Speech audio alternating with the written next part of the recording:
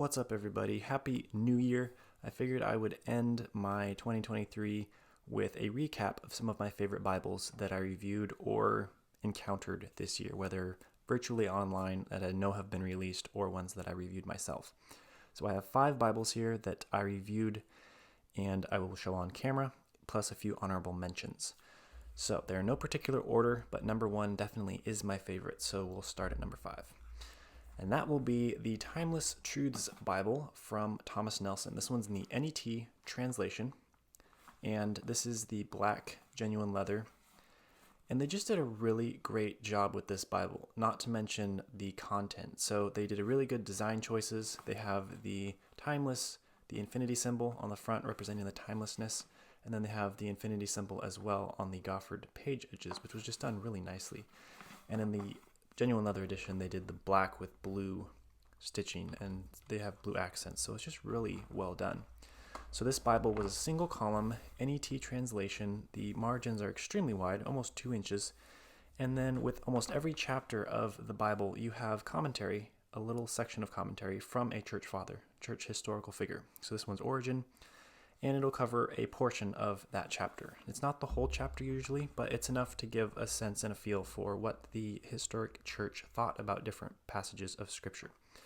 So it's not a study Bible, I would not say that. It's more of a introductory devotional type Bible, and I think that's what it was really designed for. There's also full page art depictions. These are all historic pieces from church history. They're all public domain, I believe, so that many of these will be very familiar. And the pictures are chronological throughout, but they do not always line up in the books that they belong in. But the overall design of this Bible and thought behind it was so well done, and I really appreciate the fact that it was done in a way that upholds the church fathers without idolizing them, but at the same time gives modern Christians the opportunity to connect with the past and just become introduced even sometimes to our history, which is very historical and very well documented. So this is number 5. Number 4 is the New King James Super Giant Print Reference Bible from Thomas Nelson. If you watched the video that I did on this one, you'll remember that this had a couple things about it that I was not expecting to like whatsoever. But it quickly became one of my favorites that I reviewed even during the time of me reviewing it, just because of some of the design choices. That usually comes down to a lot of my favorites, just how they designed the Bibles themselves.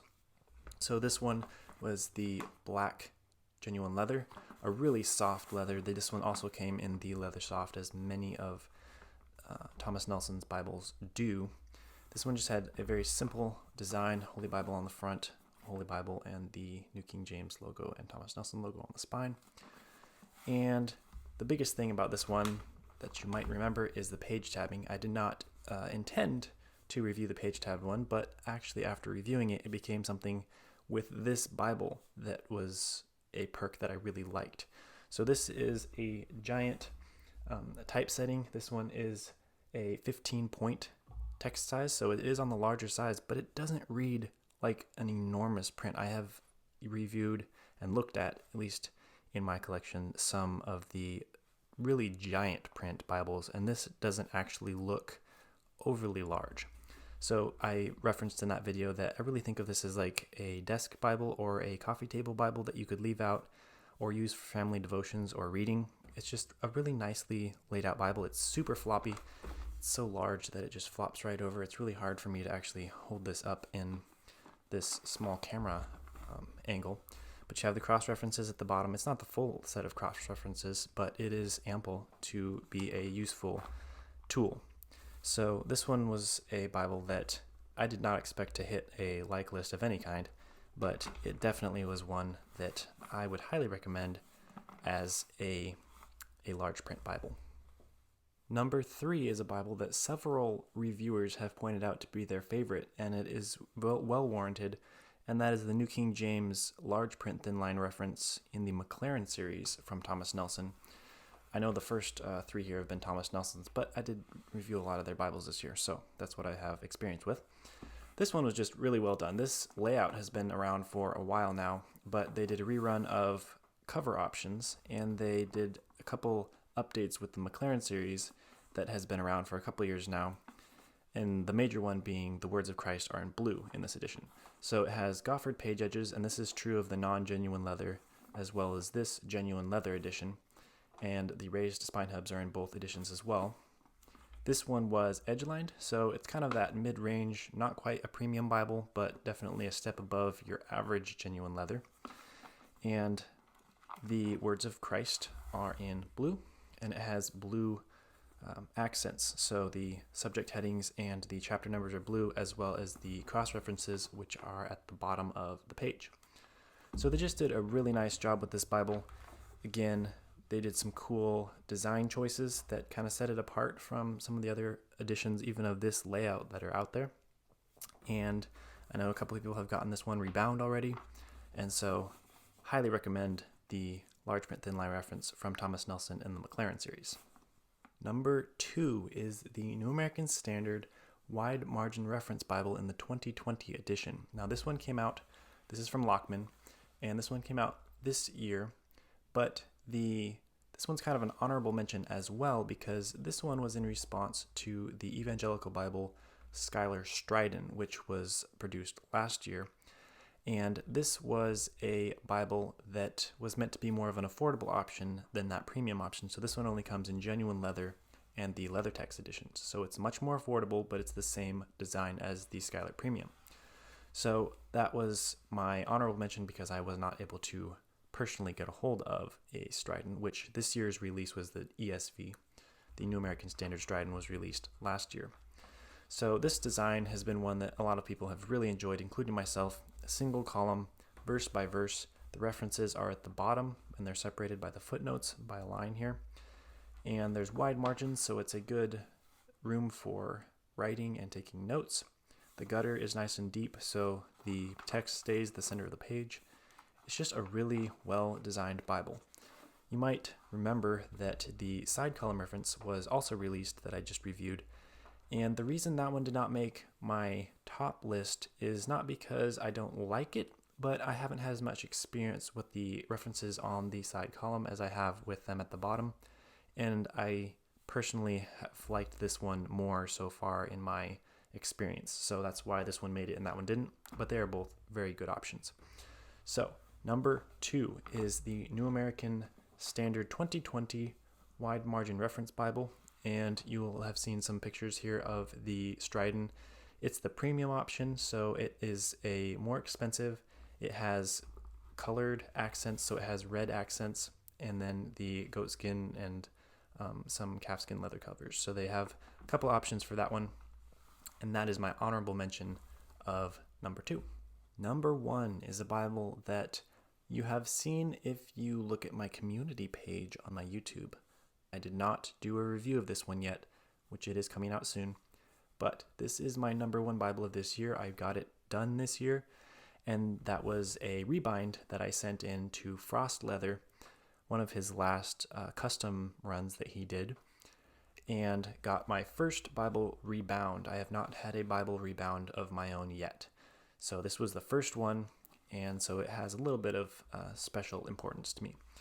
It is the premium Thinline from Crossway. This is the ESV, and this is a block that's been around for a while and was only produced in a premium option, but it's a little bit different than your standard Thinline. It's a little bit bigger, but it is still the same pagination in the text block as a regular ESV Thinline.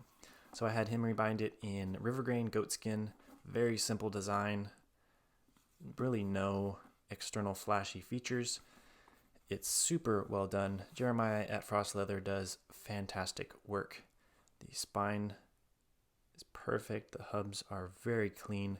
He has probably the closest Allen look to Rebound Bibles that I've seen of any rebindery, and I don't have Bibles rebound by anyone except him so far, but of all the ones that I've seen, these look the most like Allen, and I've never even had an Allen, so it's really cool.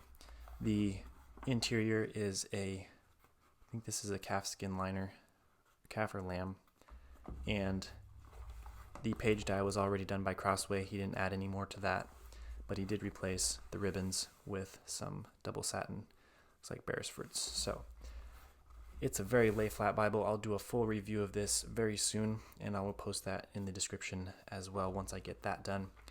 But the ESV Thinline is one of my favorites, and so just the fact that this one was able to get Rebound and ultimately will be able to last forever was really, really neat. So obviously you can't get this exact Bible and the exact rebinding done again, but I just wanted to showcase a Rebound Bible and definitely recommend Jeremiah's ministry and rebinding services. He does not do custom rebinds anymore. He does rebinds for sale, so just keep following him for updates on what Bibles he has available. But definitely pick up any of his stuff if you have the opportunity. So I just wanted to highlight that as definitely my number one, but something that I just want people to know. You can get your Bible Rebound and it will look amazing. So that is my number one of 2023. So those were my 5 Bibles that I had here to review, plus one honorable mention, and I have 2 more honorable mentions that I will post pictures of as I talk about them. The first one is the ESV Heritage. Now, that one has been around for a while, but Evangelical Bible did some exclusive editions, which they do for a lot of Crossway's premium Bibles. I was not able to get one of those, but that's definitely one of my favorite layouts, and I reference those quite often in my reviews of single column Bibles because it's a really great reference, and it's a very mid-sized Bible that's just really well done. The second one that I wanted to highlight was the Legacy Standard Bible Inside Column Reference, or ICR. That one was also one that I think has been produced now for the last year, and it's one that I highly recommend because the references are in the gutters, and that's one where if you're not always using your references, they're still there, but they're not on the outside in the outer margin like the side column reference, or in the bottom, which sometimes can be a little bit harder to find your place. So the inside column reference is one that I really like the design layout choices on, and I think Steadfast Bibles just did a really good job, especially with their editions. I have a couple. I have not kept up on buying all theirs for review. It is an expensive endeavor, but I do follow their production closely, and that is one that I really, really like. So there's my professional recap of all of the millions of Bibles that I saw in 2023. No, just kidding. I only saw a handful of the numerous amount of Bibles that were released in 2023, and there was a ton. I was not able to pick from very many of the ones that I've seen, but it was hard picking even these just of those because there's just some great Bibles that have been done. Obviously, the most important thing is to just get your hands on a Bible and read it and study it. That's what really matters at any point. But this was kind of a fun way for me to highlight a couple that I definitely thought were done well, and including a couple honorable mentions that I personally didn't get to see in person, but was able to see reviewed by others and definitely confirm that they were designs that I liked. So hopefully this was helpful, and definitely let me know what was your favorite Bible released this year, or what is your favorite Bible at all, of any time, all the time. So definitely curious to hear your thoughts, and Happy New Year.